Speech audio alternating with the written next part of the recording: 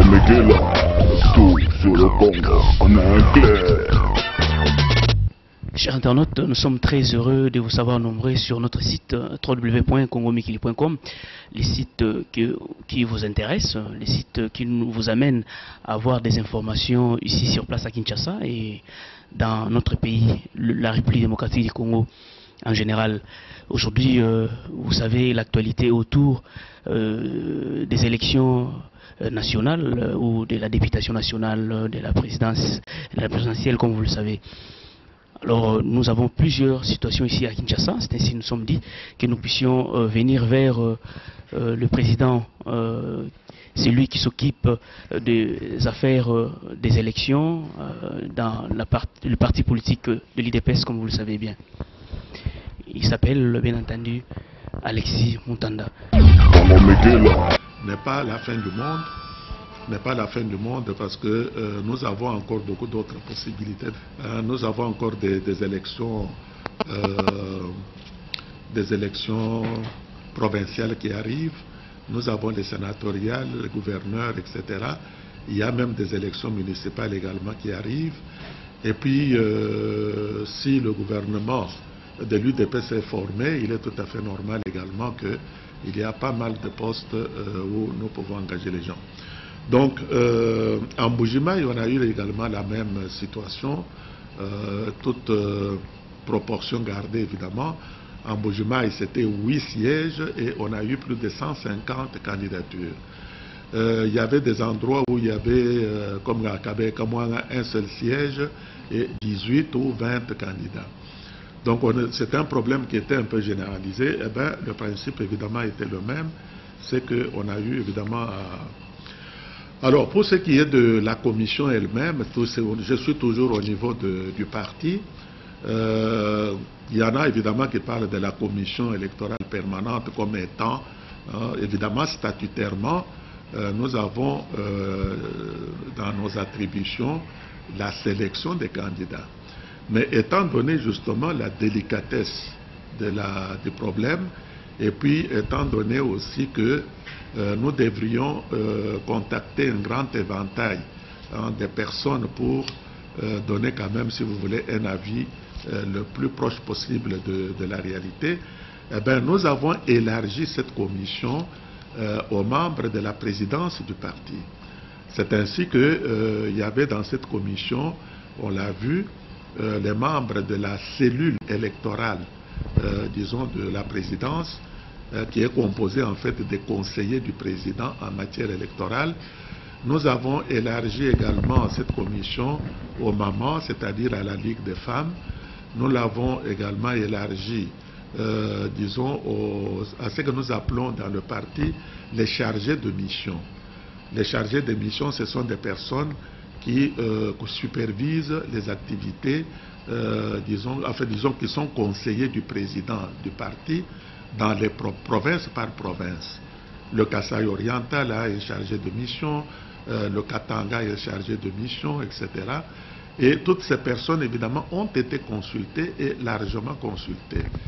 Et puis, il y avait également les recommandations de la base, parce que tous ces candidats qui se sont présentés, eh bien, il y en a beaucoup qui avaient déposé leur candidature au niveau de la base, c'est-à-dire au niveau des sections, au niveau des comités fédéraux. Et nous avons demandé l'avis et les recommandations de tout ce monde. Et c'est ainsi qu'ils nous ont envoyé leurs recommandations. Et nous avons tenu compte alors de ces recommandations de la base, les recommandations des chargés de mission, et puis, disons, les dossiers que nous-mêmes, nous avions. Et ça a été évidemment un travail de groupe qui a été fait, bien que les résultats n'ont pas pu satisfaire évidemment tout le monde, mais il faut dire aussi que la responsabilité a été largement partagée.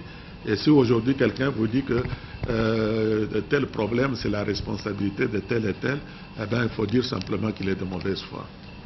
Donc ça c'est au niveau du parti. Maintenant au niveau de la CENI, une fois que le travail était fini au niveau de la commission, il fallait que le chef du parti signe les listes des candidats approuvés par le parti. Et le président l'a fait évidemment avec beaucoup de célérité. Et il fallait maintenant a envoyé toutes ces listes dans les circonscriptions électorales pour être enregistrées auprès de la CENI. Et ça, c'était évidemment la deuxième étape des difficultés qu'on a eues. D'abord, vous savez qu'au niveau de la CENI, le 11 septembre était la date butoir, et au soir de cette journée là-bas, ils ont distribué ce qu'ils appellent des jetons. Alors, vous comprenez que, surtout à l'intérieur du pays, à l'heure actuelle, vous envoyez quelqu'un à Kisangani avec les dossiers pour aller déposer ça au chef-lieu de province, vous lui payez le billet d'avion, il arrive, on lui dit qu'il n'y a pas de place, qu'il faut attendre autant de jours, etc. Parce que pour le moment, ou à cette époque-là, il n'y avait qu'une seule compagnie aérienne qui était en fonction. Alors, vous envoyez la personne, il arrive avec 1 ou 2 jours de retard, eh bien, puisqu'il n'avait pas le jeton, eh bien, c'était tout un problème. Il y avait des localités ou des circonscriptions électorales où la personne retire les documents bien à temps, mais l'état des routes. Donc, il doit prendre ça pour aller dans sa circonscription électorale, et l'état des routes ne lui permet pas, évidemment, de faire... une localité qui se trouve à quelques heures, 3 ou 4 heures de voiture, eh bien, il est obligé de faire 2 jours parce que la route n'est pas bonne. Il y en a qui sont arrivés, évidemment, au-delà des heures de fermeture de fameux 11 décembre. Ce qui fait que le lendemain, le lundi 12, lorsqu'il se présente au bureau, on lui dit non, il faut le jeton. Mais il n'avait pas le jeton la veille. Or, la CENI avait, en donnant ces jetons d'une manière administrative, de prolonger le délai de dépôt des candidatures. Mais évidemment, ils conditionnaient cela à la présence du jeton, et vous comprenez que ça devenait évidemment un problème litigieux, et que nous avons essayé évidemment de régler avec les autorités de la CENI, et ils nous ont aidés à plusieurs reprises à rattraper quelques cas par ici, par là. Mais une fois terminée cette période, arrivait alors la période évidemment de litige ou de contentieux, où il fallait alors aller à la Cour suprême, et nous avons poursuivi évidemment nos... C'est ainsi que sur 465 même je dirais, candidatures que nous avons alignées au niveau de la commission, eh bien, ce qui a été enregistré et présenté au niveau dans des listes provisoires, on arrivait à 380 quelque chose, et lorsque nous comptons qu'il y a des rattrapages qu'on a eus dans les litiges, etc., et nous pensons qu'on pourrait arriver à 400, si pas un peu plus, donc ce qui fait quand même 80% de choses. Alors, une autre des difficultés également, c'est que dans certaines circonscriptions électorales, par exemple au Katanga, vers Malembankulu, vers Kabongo, vers Kanyama, etc., eh bien, nos candidats ont été menacés par certains partis politiques de cette région qui menaçaient en disant que si vous vous présentez comme candidat de l'UDPS, on vient brûler votre maison. Et c'est ainsi qu'à Pueto, à Malembankulu, dans certaines circonscriptions électorales, on n'a pas pu obtenir, tout simplement parce que nos cadres, nos combattants étaient menacés par ces partis politiques de manière tout à fait incivique, et ils n'ont pas pu poser, et voilà, un peu, disons, si je peux me résumer, quelques difficultés qu'on a eues, évidemment, en chose. Nous comprenons que c'était un grand travail pour vous, et heureusement que vous avez décentralisé les choses, l'équipe était aussi costaud, mais nous nous sommes rendus compte qu'à un certain moment, vous avez accusé PPRD en justice et la CENI. Qu'est-ce qui s'est passé en fait pour que vous puissiez les accuser à la justice? Non, mais je n'ai pas suivi ce problème en détail, mais nos juristes, d'ailleurs il y avait le président, donc monsieur Kondo, qui est juriste de la commission, qui avait pris évidemment la tête de cette équipe, c'est que à première vue, lorsque les listes provisoires sont sorties, eh bien ça sautait aux yeux que pour certaines circonscriptions électorales, eh bien, le PPRD, d'une manière tout à fait inexplicable, présenter plus de candidats que les sièges prévus dans cette circonscription électorale. C'est ainsi que quand vous regardez pour la circonscription électorale de Lukunga, où il n'y a que 13 sièges, eh bien, le PPRD avait aligné, si je ne m'abuse, 15 ou 16 candidats. Alors ça sort évidemment disons, de la loi, et il est dit clairement dans la loi que si on présente plus de candidats que de sièges, eh bien, c'est toute la liste qui est annulée. Raison pour laquelle, disons, nos juristes ont sauté sur l'occasion, parce que ce n'était pas le seul cas. Hein, on a constaté qu'à plusieurs, dans plusieurs circonscriptions électorales, eh bien, le PPRD spécialement, hein, s'était dépassé dans cette... alors, on ne pouvait pas comprendre comment un parti politique du pouvoir puisse aller à la CENI, parce que le rôle de la CENI, c'est ça qu'ils nous ont même expliqué, c'est qu'au moment de réception des candidatures, ils vérifiaient non seulement dossier par dossier des candidats, mais ils vérifiaient également le nombre des candidats dans cette liste par rapport à ce qui était prévu dans la loi. Donc, je crois que la responsabilité était partagée entre le parti politique qui a présenté et la CENI, bien sûr, qui est supposée être le garant, hein, disons, de la bonne marche de cette procédure. Alors, c'est ainsi qu'on a porté, évidemment, cette affaire au niveau de la Cour suprême. Et la Cour suprême, vous le savez, ils ont déclaré que c'était irrecevable parce que, disons, la plainte est arrivée au-delà du délai, ce qui n'est pas du tout vrai. Parce qu'il est dit que, disons, en ayant 4 jours après le dépôt, l'apparition, si vous voulez, de listes provisoires, or, nos juristes sont allés là-bas en ayant les 4 jours. Parce qu'il y avait un dimanche qui intervenait quelque part. Alors eux, ils comptent le dimanche comme étant le 5e jour pour dire que c'était au-delà. Mais nous avons exclu évidemment le dimanche, parce que le dimanche, c'est un jour non ouvrable. Et dans le comptage des jours, évidemment, on ne compte pas les jours de fériés ou les dimanches. Raison pour laquelle nous maintenons que, disons, notre requête était valable. Évidemment, ils se sont rattrapés en disant, bon, ils vont donner des conseils à ces partis politiques-là pour qu'ils puissent corriger les erreurs. Mais ici, il y avait une flagrance, donc c'était un cas de flagrant délit. Donc ils étaient pris en flagrant délit de tricherie. Et les listes devaient être, normalement, d'après la loi, devaient être écartées. Mais eux, pour maintenir tout ça, ils ont utilisé évidemment du juridisme, n'est-ce pas, pour aider leurs amis de la majorité à maintenir les listes ou à corriger les erreurs, mais en catimini et tout cela.